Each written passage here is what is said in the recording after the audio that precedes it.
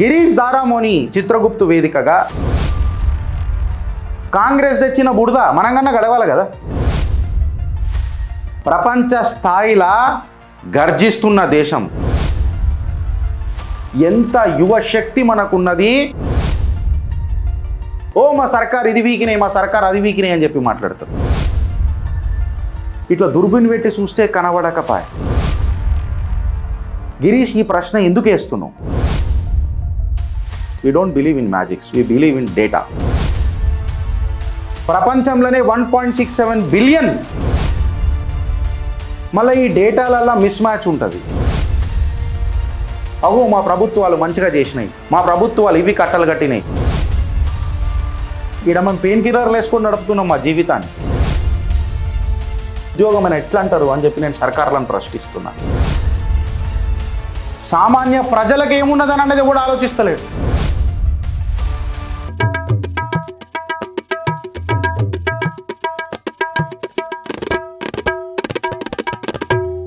నేను వెనక మీకు ఒక స్లైడ్ పెట్టంగానే మీకు అర్థమైపోయి ఉంటుంది.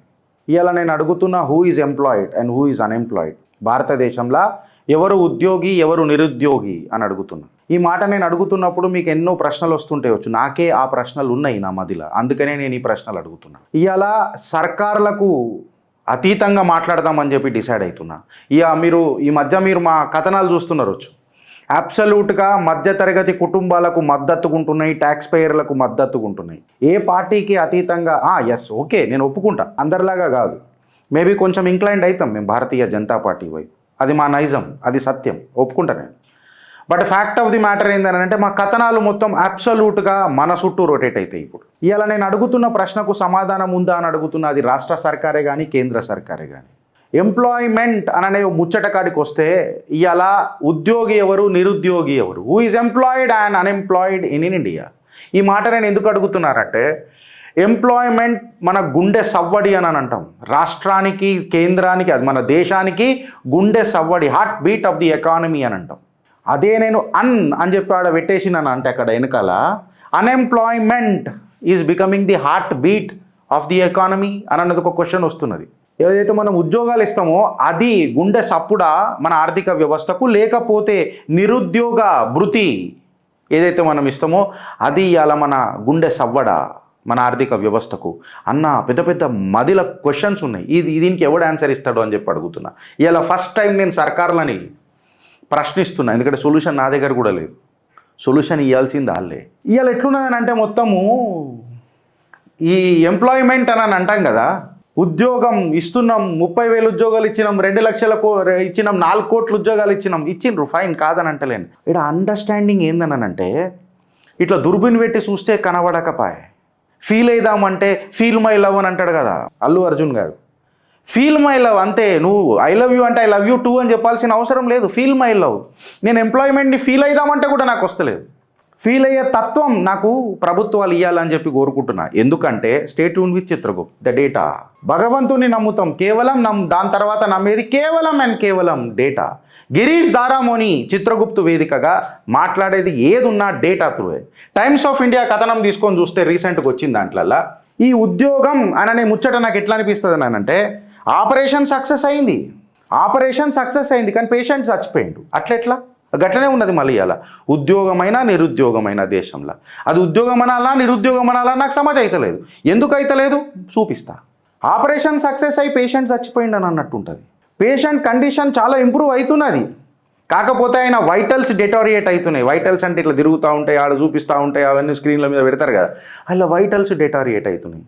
ఆగే దెట్టాగా అందాక ఏ గే దెట్టాగా అని ఒక పాట ఉంటుంది. కేంద్ర సర్కార్ చెప్పవే, రాష్ట్ర సర్కార్ చెప్పవే, నిపుణులు చెప్పవే, ఎవరైనా చెప్పరే, ఎవరు చెప్పరు. ఇవాళ ఈ మాట ఎందుకు మాట్లాడుతున్నానంటే ఇవాళ భారత్ అనేది ప్రపంచ స్థాయిలా గర్జిస్తున్న దేశం, మనం గర్వపడాల్సిన దేశం. ఎందుకంటే ఇవాళ భారత్ కేవలం పాపులేషన్ తీసుకొని చూస్తే top 50 countries with the largest population by 2050 అని చెప్పి మనం తీసుకొని చూస్తే భారత్ 1.67 బిలియన్కి పోతుంది అని చెప్పి నాకు అంచనా.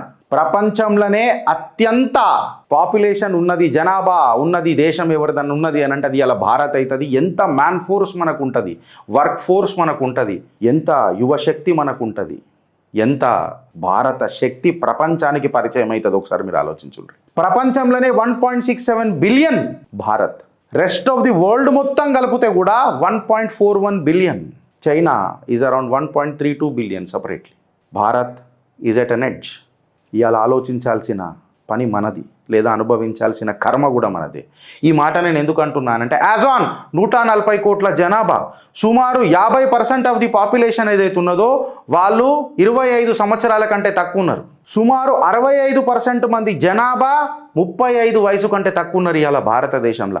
ఎంత యువశక్తి మనకున్నది, ఎంత భారత శక్తిని మనం ప్రపంచానికి మన ప్రతిభను పరిచయం చేసే తత్వం ఉన్నది. కాకపోతే కేవలం ఈ తపస్సు ఎడదాకున్నది అన్నదే ప్రశ్న. గిరీష్, ఈ ప్రశ్న ఎందుకు వేస్తున్నావు? Stay tuned with Chitragupta. చెప్పిన కదా మొన్న ఈ డేటా ప్రజెంట్ అయింది ఫ్రెండ్స్. మనం అందరం ఓ ఆహా ఆహా వా సూపర్ అని అనుకున్నాం. బట్ ఈ డేటాల ఏమంటారు అంతరార్థం ఏది, మీనింగ్ ఏంది?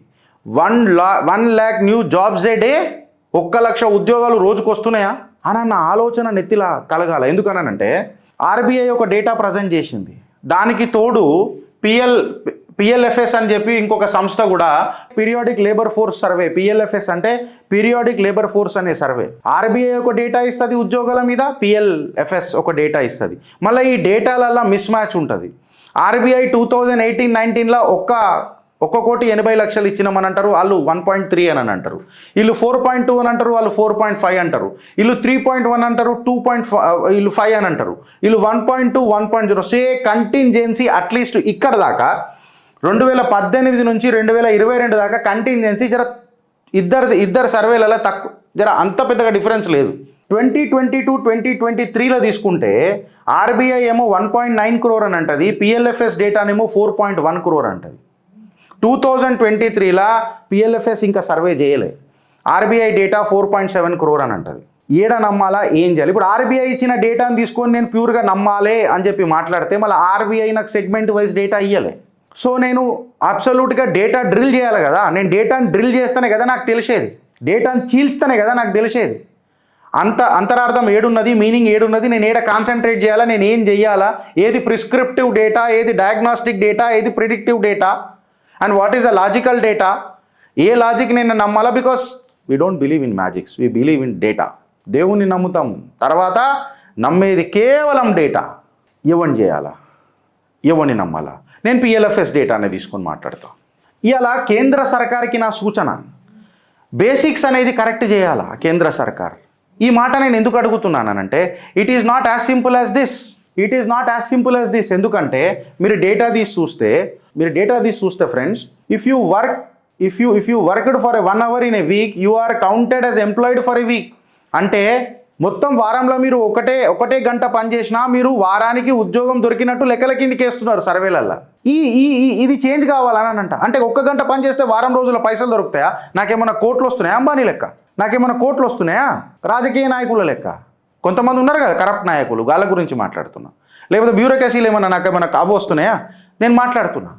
ఈ ప్రశ్నలకు సమాధానం ఎవరు చెప్తారంటే ఒక్క గంట వారం రోజుల పని చేస్తే ఒక వారం రోజులు ఉద్యోగం వచ్చినట్టు అని సర్వే తీసుకుంటున్నారు. ఈ లెక్కలో ఎవడు నిరుద్యోగం ఉండడు, ఇక అందరికి ఉద్యోగం దొరికినట్టు సర్వేలు చూపిస్తాయి. ఓ మా సర్కార్ ఇది వీకినాయి, మా సర్కార్ అది వీకినాయి అని చెప్పి మాట్లాడతారు. ఈడు కాకలే ఇనుండ్రి. ఇప్పుడు ఇంకొకటి ఏమున్నదనంటే నువ్వు మొత్తము సంవత్సరంలో 30 రోజులు పనిచేస్తే, విడ్డూరం, మీరు సంవత్సరంలో 30 రోజులు పనిచేస్తే ఇక మీకు ఉద్యోగం ఇక ఎట్లుంటుందంటే మీరు నిరుద్యోగుల లెక్క కన్సిడర్ చేయరు. ఆ సంవత్సరానికి మీకు ఉద్యోగం దొరికినట్టేనంట. అంటే నెల రోజులు ఈజ్ ఈక్వల్ టు సంవత్సరమా? ఇప్పుడు రాజకీయ నాయకులను నేను అడుగుతున్నా, మీకు 1 సంవత్సరం ఇస్తాం, 5 సంవత్సరాలు మీరు పరిపాలించినట్టే, మళ్ళీ ఎలక్షన్లకు పోదామనంటే మీకు బగబగ మండది. మళ్ళీ సామాన్యుడు ఏం మాట్లాడాలా, ట్యాక్స్ పేయర్ ఏం మాట్లాడాలా, మిడిల్ క్లాస్ వాడు ఏం మాట్లాడాలా? ఇలా ప్రభుత్వాలు బేసిక్లు కరెక్ట్ చేయకుండా ఆహా మేము అది వీకినాం, ఓహో మేము ఇది వీకినాం, ఎంతవరకు సమర్థించుకుంటూ వస్తాడు అని చెప్తున్నా ప్రతి ఒక్కడు. నేను ఇలా సామాన్యుడి పక్షాన్ని తీసుకుంటా. రాజకీయాలు రోజు మాట్లాడుకొని గొంతు ఎండిపోతున్నది, కానీ రాజకీయాలు మారతలేవు కదా. సో ఇలా సామాన్యుడన్న ఆలోచించే శక్తి సామాన్యుడికి ఇద్దాం. ఇది డ్రిల్ ఎవరు చేయడు ఫ్రెండ్స్. మీకు ఎంత సిగ్గుచేటు చూడండి. ఇక 2017 and 18 and 2022-23 డేటా తీసుకొని చూస్తే unemployed in India fell by 10 million అనంట. ఫ్రమ్ 30 మిలియన్ నుంచి 20 మిలియన్లకు పడిపోయారంట అన్ఎంప్లాయ్మెంట్స్. నిరుద్యోగులు ఎవరైతే ఉండేనో ముందు 30 మిలియన్లు ఉండేనంట, మళ్ళీ 20 మిలియన్లకే వచ్చిరట. మళ్ళీ అది వచ్చిండ్రు అని అంటే వారంలో 1 గంట పని చేస్తాను, వారం రోజులు పని చేసినట్టు సర్వే రిపోర్ట్లలో తీసుకుంటున్నావా? సంవత్సరంలో 30 రోజులు పనిచేస్తే ఆ మొత్తం సంవత్సరం అంతా మనం పనిచేసినామని అనుకుంటేవా? ఇది ఎడికేనవుతుంది. విడ్డూరం ఏందనంటే అడల్ట్స్ ఎవరైతే ఉంటారో వాళ్ళు ఉద్యోగం చాలా తక్కువ ప్రోత్సహిస్తున్నారు, అంటే అటు సైడ్ మక్కువ చూపుతున్నారు. ఇవాళ 24% of women and 74% of men over 15 are either employed or seeking employment. అట్లనే 44.3% of the employed men and 12.6% of the employed women in January and March 2024 వరకు డేటా తీసుకొని చూస్తే వాళ్ళు అన్పేడ్ హెల్పర్స్, వీళ్ళను కూడా ఉద్యోగులలో కన్సిడర్ చేస్తున్నారు. జీతాలు ఇవ్వకపోతే వాళ్ళ జీవితాలను చూసుకున్నంత మాత్రాన కూడా ఉద్యోగం అయిపోతుందంట. జీతం లేని జీవితాన్ని నిరుద్యోగం కాకుండా ఉద్యోగం అని ఎట్లా అంటారు అని చెప్పి నేను సర్కార్లను ప్రశ్నిస్తున్నా. కాళ్ళు మొక్కుతా ఇవి చేంజ్ చేయరని చెప్తున్నా. యాక్చువల్ ఆకడాలు తీసుకొని వచ్చి మాట్లాడదామని అంటున్నా. వాళ్ళు 3.2% అంటే 2 crores of the adult Indians are employed in 2022 and 2023. 58% అంటే 18 కోట్ల జనాభా ఇవాళ మనకు ఫ్రీ ఫుడ్ దొరుకుతున్నది వాళ్ళకు. Assuming only one working age ఏమంటారు ఇండియన్ ఒక కుటుంబంలో ఒక్కోడు పనిచేస్తున్నాడు అని అనుకుందాం. 20 కోట్ల ఇండియన్లు పనిచేసినట్టేనా? ఇక సర్వేలు అట్లున్నాయి. అంటే నా కుటుంబంలో నలుగురు ఉన్నారంటే ఒకటి పనిచేస్తుండే కదా, సుట కుటుంబం అనేది పావర్టీలో లేదు. ఎట్లయితే ఈ సర్వేలు అని అడుగుతున్నా. నిజాలకు దూరంగా సర్వేలు చేసి అగో మా ప్రభుత్వాలు మంచిగా చేసినాయి, మా ప్రభుత్వాలు ఇవి కట్టలు కట్టినాయి, మా ప్రభుత్వాలు ఇవి పీకినాయి. కాంగ్రెస్ తెచ్చిన బుడద మనంకన్నా గడవాలి కదా. ఎట్లయితుంది అని అంటున్నా. వారం రోజులలో 1 గంట పని చేస్తాడు నిరుద్యోగి కాదు. సంవత్సరంలో వాడు 30 రోజులు పనిచేస్తే ఆ సంవత్సరం మొత్తం వాడు నిరుద్యోగి కాదు. జీతాలు ఇవ్వకపోయినా వాడు నిరుద్యోగి కాదు. ఎట్లయితుంది అని అంటున్నా.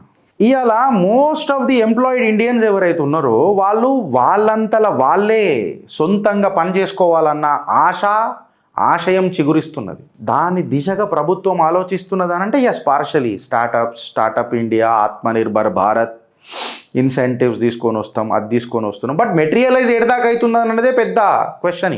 ఈ మాట నేను ఎందుకు మాట్లాడుతున్నానంటే నేను మాట్లాడతలేను, డేటా మాట్లాడుతున్నది. ఇవాళ టోటల్ సెల్ఫ్ ఎంప్లాయిడ్ అని తీసుకొని చూస్తే, మేల్ ఫీమేల్ రేషియోలలో తీసుకొని చూస్తే, రెగ్యులర్ అండ్ క్యాజువల్ లేబర్లలో తీసుకొని చూస్తే, పర్సంటేజ్ తీసుకొని చూస్తే, on account of worker employment తీసుకొని చూస్తే మేల్లా 53.6% సెల్ఫ్ ఎంప్లాయిడ్ ఉన్నారు, ఫీమేల్స్ 65.3 ఉన్నారు. Kudos to the team. Females అని అంటారు. నేను ఇద్దరిని కలిపితే 57%. వర్కర్ ఎంప్లాయర్కి అన్పేడ్ లేబర్ కాడికేం అన్పేడ్ హెల్పర్ కాడికేం తీసుకున్నాం అనుకో, అన్పేడ్ హెల్పర్లు మేళ్ళు 9.3% ఉన్నారు. అదే ఫీమేల్ 37.5% ఉన్నారు. ఈ అంతర్యం ఎందుకు అనంట, ఈ డిఫరెన్స్ ఎందుకు అనంట, అన్పేడ్ లేబర్సు ఫీమేళ్ళలో ఎందుకు ఎక్కువ ఉన్నారు అనంట. దీన్ని ఎవడు అరికట్టాలా అని చెప్పి ప్రశ్నిస్తా. సామాన్యుడి ప్రశ్నలకు సమాధానం ఈ ప్రభుత్వాల దగ్గర ఉందా అని అడుగుతున్నా. కేంద్రం ఉండొచ్చు, రాష్ట్రం ఉండొచ్చు. ఒక ట్యాక్స్ పేయర్ ప్రాబ్లంలో పడుతున్నాడు, ఒక మధ్యతరగతి కుటుంబం ప్రాబ్లంలో పడుతున్నది. మీ అడ్డమైన సర్వేలు తీసుకొని వచ్చి మేము ఓహో ప్రభుత్వం అని అంటే నడవది. ఈడ ఔచ్ అని చెప్పి ఈడ మొత్తం అయోడెక్స్ ఏమంటారు, నేను ఎండార్స్ చేస్తున్నా. ఇంకా ఈడ మేము పెయిన్ కిల్లర్లు వేసుకొని నడుపుతున్నాం మా జీవితాన్ని. మీరు గెయిన్ కిల్లర్లు వేసుకొని నడుపుతున్నారు. మీ ఖజానాలు ఎంత నిండుతున్నాయని. ఇప్పుడు ఒక పార్టీకి ఎంతమంది కార్యకర్తలు ఉన్నారు, ఆ పార్టీకి ఎన్ని ఆస్తులు ఉన్నాయని అన్నది తత్వం అయిపోయింది. సామాన్య ప్రజలకు ఏమున్నదని అన్నది కూడా ఆలోచిస్తలేడు. ఒక సామాన్యుడు కార్యకర్త అవుతాడు, కార్యకర్త నాయకుడు అవుతాడు, నాయకులు కలిపితే పార్టీ అవుతుంది. సామాన్యుడే చక్కగా లేకపోతే కార్యకర్త ఎడికని వస్తాడు అని చెప్పి అడుగుతున్నా. ఏ పార్టీలలో మేము తిరగాల అని చెప్పి మాట్లాడుతున్నా. ఇవాళ స్కిల్ డెవలప్మెంట్ మీద మన రేవంత్ అన్న మాట్లాడుతున్నాడు. స్కిల్ డెవలప్మెంట్ మీద మాట్లాడుతుంటే ఇది ఒక చిన్న సూచన ఇస్తున్న రేవంత్ అన్న మీ కన్సిడరేషన్ కోసం. అగ్రికల్చర్, ఫారెస్ట్, ఫిషింగ్ కింద 42.4% ఆఫ్ ది ఎంప్లాయ్మెంట్ ఉన్నది. కన్స్ట్రక్షన్లో 12.5 ఉన్నది. ట్రేడ్లో 11.4% ఉన్నది. ట్రాన్స్పోర్ట్ అండ్ షార్టేజ్లో దిగజారుతున్నది. 10 year చేంజ్లో తీసుకొని చూస్తే 3.2. బిజినెస్ సర్వీస్లలో పెరుగుతున్నది. అగ్రికల్చర్, ఫారెస్ట్రీ అండ్ ఫిషింగ్లో తగ్గుతూ వస్తున్నది. పర్సంటేజ్ చేంజ్ తీసుకొని చూస్తే మీరు ఎంప్లాయ్మెంట్లలో ఎవడు మక్కువ చూపుతలేడు అగ్రికల్చర్లో. ఎందుకంటే మీరు స్కిల్ నాణ్యతలు ఆడ నేర్పరు కదా. కన్స్ట్రక్షన్లో ఎంప్లాయ్మెంట్ పెరుగుతున్నది, ట్రేడ్లో పెరుగుతున్నది, ట్రాన్స్పోర్ట్ అండ్ షార్టేజ్లో తగ్గుతున్నది, టెక్స్టైల్, లెదర్ అండ్ ఫుట్వేర్లా తగ్గుకుంటూ వస్తున్నది. మళ్ళీ ఏం కట్టలు కట్టిండ్రు టెక్స్టైల్ వాళ్ళకు. కేటీఆర్ కూడా సమాధానం చెప్పాలా. ప్రభుత్వాలను దూషించుడు, అధికార పక్షాన్ని దూషించుడు ఒక common, but who will give the solution when you had 10 years? 10 సంవత్సరాల పరిపాలన మీకు ఉండే, మీరు ఏం చేసిండ్రు? ఇలా ఆ ప్రశ్నలకు సమాధానం ఎవరు చెప్తారు? స్కిల్ డెవలప్మెంట్ ప్రోగ్రామ్ మీరు పెట్టుకొని 2,000 కోట్ల నిధులు పెట్టిండ్రు రేవంత్ అన్న. సో ఈ 2,000 కోట్ల నిధులను ఏ ఇండస్ట్రీ బాగా సూపర్గా పోతున్నదో చూడుండ్రి. కన్స్ట్రక్షన్ పోతుంది కదా అని చెప్పి మీరు కన్స్ట్రక్షన్కే పెట్టుకుంటూ పోతే అది కూడా ఒక బబులే, అది ఒక రోజు బస్ట్ అవుతుంది. చిత్రగుప్తులో మేము కథనం నడిపినాం real estate. 250 lakh units of premium, 250 లక్షల ఇల్లులో అపార్ట్మెంట్లో వాటి ప్రీమియం ఇవి చెప్తున్నా. ప్రీమియం కన్స్ట్రక్షన్స్వి ఖాళీ పడి ఉన్నాయి హైదరాబాద్లో. హైదరాబాద్ అంటే భాగ్యనగరం చుట్టుపక్కల తెలంగాణలో. ఇగో ఇది పరిస్థితి, బబుల్. నేను ఆల్రెడీ ఇది మాట్లాడిన వెనుకటికి. సో అది ఆలోచించుర్రు అంటున్నా. ప్రభుత్వాలు ఈ సవరణలు తీసుకురావాలని చెప్పి కోరుతున్నా. ఇది కోరుకుంటా జర డేటా డ్రిల్ చేసి చూస్తే 15 years నుంచి 29 years వరకు ఎంప్లాయ్మెంట్కి ఇట్లా తీసుకొని మనం చూస్తే ఏ రాష్ట్రాలలో ఘోరమైన అన్ఎంప్లాయ్మెంట్ ఉందో మొత్తం ఆడ చూపించిండ్రు. యూత్ అన్ఎంప్లాయ్మెంట్ కింద తెలంగాణ 15.1% ఉన్నది. ఏం ముఖం పెట్టుకొని మాట్లాడతారు? వెనుకటికి ఇవాళ ఉన్న అధికార పక్షము, వెనుకటికి ఉన్న అధికార పక్షము, ఇవాళ ప్రతిపక్షము బీఆర్ఎస్ పార్టీ. బడ్జెట్లో ఏం తెలంగాణ బడ్జెట్ మీద డిస్కషన్ చేసే అంత మొగోళ్ళారా నాయన? నేను మనని కూడా అంటున్నాను. బడ్జెట్ల మీద డిస్కషన్లు చేసే ఈడ తిననీకే గతి లేదురా నాయన, తిననీకే ఉద్యోగాలు లేవురా నాయన, తాగానీకే నీళ్ళు పోదామని అంటే చక్కగా లేవురా నాయన అని చెప్పి మాట్లాడుతుంటే 15.1% కింద హైయెస్ట్ రెడ్గా అందులో ఉన్నది. అందులో ఆంధ్ర వచ్చేసి 15.7% ఉన్నది. నిన్న వచ్చి పెద్ద మాటలు మాట్లాడిండు జగన్ మాయ్య. ఓ బడ్జెట్లో ఇదైంది, తలసరి ఆదాయం అట్లయింది, గిట్లా చెప్పిండు, గట్లా చెప్పిండు. అరే బడ్జెట్లు పక్కగా పెట్టుర్రి, మన జిందగీల గురించి మాట్లాడదాం. జీతాలు చక్కగా ఇచ్చే ప్రభుత్వాలు లేవు ప్రభుత్వ ఉద్యోగులకు, బట్ స్టిల్ మనం మాట్లాడతాం. ఏమిచ్చింది బడ్జెట్? ఓ ఛాతి పులాంచి. అరే నీ ఇంటికి ఏమిచ్చింది ఫస్ట్ ఆలోచించురా భయ్. నీ ఇంటికి ఏమిచ్చింది ఆలోచించు. సబ్జెక్ట్ నాతోనేమొస్తావు నువ్వు కానీ రామలా. నువ్వు వచ్చి మాట్లాడు, ప్రశ్నించకు, సమాధానం ఇచ్చి మాట్లాడు. నా కమెంట్లల్లో లేదా నాకు ఫోన్ చేయి, నా ఫోన్ లైన్ నడుస్తున్నది, వాళ్ళకి చెప్తున్నా. యాటిట్యూడ్ చూపిస్తున్నావు గిరీష్ అంటే నేను బరాబర్ చూపుతాను, ఎందుకంటే నేను కష్టపడి చదువు వస్తా. నేను మీలక హలో మాట్లాడా, వాళ్ళకి చెప్తున్నా. తెలంగాణ 15.1% ఉన్నది. 15 to 29 years యువతల తీసుకుంటే అత్యంత ఎవరున్నారా నాయన అని అంటే 27.4% గోవా, మళ్ళీ కేరళ. ఓ పెద్ద మాటలు మాట్లాడతారా కేరళ మోడలు. 28.7% ఉన్నది నిరుద్యోగత యువతలల్లా. ఓడు మాట్లాడతాడు, మళ్ళీ దీని మీద ఓడు మాట్లాడతాడు అంటున్నా. పక్కకున్న తమిళనాడు కూడా ఏం తక్కువ లేదు, 17.5, పాండిచ్చేరి 23% యువతది. సరే కొంచెం జర పక్కకు పోయి 15 years అండ్ అబోవ్ అని చెప్పి ఓవరాల్గా తీసుకొని ఉంటే తెలంగాణ 4.4% ఉన్నది, ఆంధ్ర 4.1% ఉన్నది, తమిళనాడు 4.3% ఉన్నది, పాండిచ్చేరి 5.6% ఉన్నది, కేరళ 7% రెడ్లలో ఉన్నది, 9.7 గోవా ఉన్నది. ఇండియన్ యావరేజ్ కంటే, నేషనల్ యావరేజ్ కంటే గోవా అండ్ కేరళ అబవ్ ఉన్నాయి. మళ్ళీ ఏమా ఈ మోడల్ అని అడుగుతున్నా. ఎవడు రెస్పాన్సిబుల్ అని దీంతో మాట్లాడుతున్నా. ఇక గ్రాఫులు చూపెట్టాలనంటే నేను మస్తు చూపుతా కానీ ఇవాళ government jobs 2.4%. Central government employees 4 మిలియన్లు, స్టేట్ గవర్నమెంట్ ఎంప్లాయీస్ 11 మిలియన్లు, టోటల్ గవర్నమెంట్ ఎంప్లాయీస్ 15 మిలియన్లు అని చెప్పి టైమ్స్ ఆఫ్ ఇండియా మాట్లాడుతున్నది. Share of the regular employment in India's exceptionally low when even compared with the developing countries. In Brazil 68% of the employed have regular jobs. In China 54% and in Russia 93%. India's figure is 23%, is lower even than Bangladesh 42%. ఏం మాట్లాడతాం? Times of India data పెట్టుకొని మాట్లాడుతున్నాం. If RBI చేసిన KLM survey etcetera క్లీమ్ survey what ever it is అందులో data చీల్చి బైఫర్కేషన్కి వస్తే మనం ఏదైనా మాట్లాడతాం కేటగిరీ. లేకపోతే నేను పిఎల్ఎఫ్ఎస్ సర్వే తీసుకొని మాట్లాడాలి కదా. ఈ disparity, a similar disparity exists in the share of working women. Till 2018-19, only 24.5% of the working age women were working in India. In 2022-23, the figure rose to 37%. In Brazil, China, female labor workforce participation is 45%, and in Russia it is 49%. Compare చేసి చూద్దాంగా. చైనాలో 45% ఉన్నది, రష్యాలో 49% ఉన్నది. మీరు ఏం ఇన్సెంటివ్లు ఇచ్చిర్రు? 37%. మన రేవంత్ రెడ్డి గారు తీసుకొచ్చిర్రు, తిరుగురి బస్సులల్లో తిరుగుర్రి. పెళ్లి చేసుకుంటే తులం బంగారం ఇస్తాం. మహిళలను పెళ్లిలకు పుట్టగానే పెళ్లిళ్ళు ఇవ్వాలా, ఇడిచిపెట్టాలి. ప్రయోజకులు వద్దు మన మహిళలను అంటే. వా సర్కార్ వా. ఈడ నేను కేంద్ర సర్కార్తో సమర్థిస్తా. నువ్వు ఇంక్లైండ్ ఉంటావు కదా అంటే నేను పథకాలకు ఇంక్లైండ్ ఉన్నా, ఇలా పార్టీకి కాదు. నేను మాటిచ్చిన బేటీ బచావ్ బేటీ పడావ్. నువ్వు ప్రయోజకులను చెయ్యి. డ్రోన్ దీది నువ్వు ప్రయోజకులను చెయ్యి. మహాలక్ష్మి బస్సులలో తిరుగు. ఏం చేయాలి బస్సులలో తిరిగి? సరే మార్కెటింగ్ ఎగ్జిక్యూటివ్కి అది పనికొస్తుంది. బట్ ఎంతమంది మార్కెటింగ్ ఎగ్జిక్యూటివ్స్ ఉన్నారు? బస్సులలో మార్కెటింగ్ కూరగాయలు అమ్ముకుంటున్నారు. ఇప్పుడు ఎంత ఇన్కన్వీనియన్స్ అవుతుంది ఫెలో ప్యాసింజర్స్కి. కళ్యాణ లక్ష్మి బిడ్డ పుట్టంగానే ₹1,00,000 ఇస్తారు. ఆ ₹1,00,000 కోసం పెళ్లిళ్ళు చేస్తారు. ఇప్పుడు మనోడు వచ్చి తులం బంగారం అంటుండు. నువ్వు ఉద్యోగమే చదివి ఉమెన్ కోటా కింద రిజర్వేషన్ 33% రిజర్వేషన్ లేదో పెట్టిరు కదా ఉమెన్స్ బిల్ కోటా కింద. అలా కింద అలా లేపు, అలా ప్రయోజకులను చేయి, అలా ఇంటోళ్ళని చేయి, అలా కాళ్ళ మీద నిలబడేటట్టు చేయి. ఒక్కోడు వచ్చి ఏమంటాడు, మాది పెళ్ళంటే కాంట్రాక్టు ఔరత్ అని అంటాడు మహిళలని. మళ్ళీ కంపారిజన్ చేసేటప్పుడు పీకుడు కంపారిజన్లు చేస్తారు. మళ్ళీ చైనాలో 45% ఉండే, రష్యాలో 49% ఉండే, మన దగ్గర ఎందుకు 37% ఆగిపోయింది? ఎవడిస్తాడు ఈ సమాధానాలు? ఏ సర్కార్ ఇస్తుంది అని చెప్తున్నా. మీ సవరణలు మార్చుకోనరు అంటున్నా. ప్రజలను మభ్యపెట్టే ఈ సర్వేలు సామాన్యుడికి ఉపయోగపడతలేవని చెప్తున్నా. క్యా మిలా ఆమ్ ఆద్మీకు అని చెప్పి మాట్లాడుతున్నారు. నేను అరవింద్ కేజ్రీవాల్ లెక్క మాట్లాడతలేను, గిరీష్ దారామోని లెక్క మాట్లాడుతున్నాను. ఇంకా హైలైట్ నుండి India 16 government employees per 1000 people, China has 57 and US has 77. ఇది చర్చ జరగాలి, అలా చర్చ జరగాల. ఎస్, ప్రైవేటీకరణ చేయాలా, బరాబర్ చేయాలా. దేశ ఆబాది కూడా అంతనే పెరుగుతున్నది. ఖచ్చితంగా దీని మీద చర్చలు జరగాల. అగ్రికల్చర్ ఇన్కమ్ మీద ట్యాక్సులు పడాలా, ఎక్కడెక్కడైతే పడాలన్నా బరాబర్ పడాలా. ప్రీమియం క్లాస్కి పడాలా. బిలో పావర్టీ లైన్ ఎట్లా డిఫైన్ చేస్తావు? ₹27 సంపాదిస్తే ఆడు తోపు అని చెప్పారు కాంగ్రెస్ వాళ్ళు వెనకటికి. మళ్ళీ బీజేపీ వాళ్ళు కూడా అదే ఫాలో అవుతున్నారు ఇండైరెక్ట్గా. ఇప్పుడు ఈ డేటాకు సమాధానం చెప్పురు అని అంటున్నాను నేను. India has 16 government employees per 1000 people. 1000 మందిని ఇట్లా తీసుకొని చూస్తే మన భారతదేశంలో 16 గవర్నమెంట్ ఎంప్లాయీలే ఉన్నారు. మళ్ళీ అదే చైనా తీసుకుంటే 57 ఉన్నారు, యుఎస్ తీసుకుంటే 77 ఉన్నారు. మళ్ళీ అత్యంత క్రిటికల్ ట్యాక్స్ స్ట్రక్చర్ ఎవరిది అని అంటే అది మనదే. అన్నిట్లలో ట్యాక్స్ కడతాం, ప్రతి ఒక్కరు ట్యాక్స్ కడతాడు. మనం అనుకుంటాం నేనే ట్యాక్స్ పేర్, అందరు ట్యాక్స్ పేర్లే భారతదేశంలో. ఎక్కడికైనా ఏం మన ట్యాక్సేషన్ వదలలే. డైరెక్ట్ ట్యాక్సింగ్, ఇండైరెక్ట్ ట్యాక్స్ కాకపోతే బర్డన్ పడేది మధ్యతరగతి కుటుంబాల మీద, అది వేరే విషయం. ఇంకెనుండ్రి, every entry level salary for a low skilled government job is 33,000 plus benefits like HRA, DA, paid leave. Entry level private sector salary low skill job is around 10,000 with no benefits. Low skill government job ఏదైతే ఉంటే 33,000 వస్తున్నది. అదే లో skill private job అయితే ₹10,000 వస్తున్నది. అందులో HRA, DA బెనిఫిట్లు కూడా ఏం లేవు. గవర్నమెంట్ వాడికి వస్తుంది, ప్రైవేట్ వాడికి అయితే అదే రావు.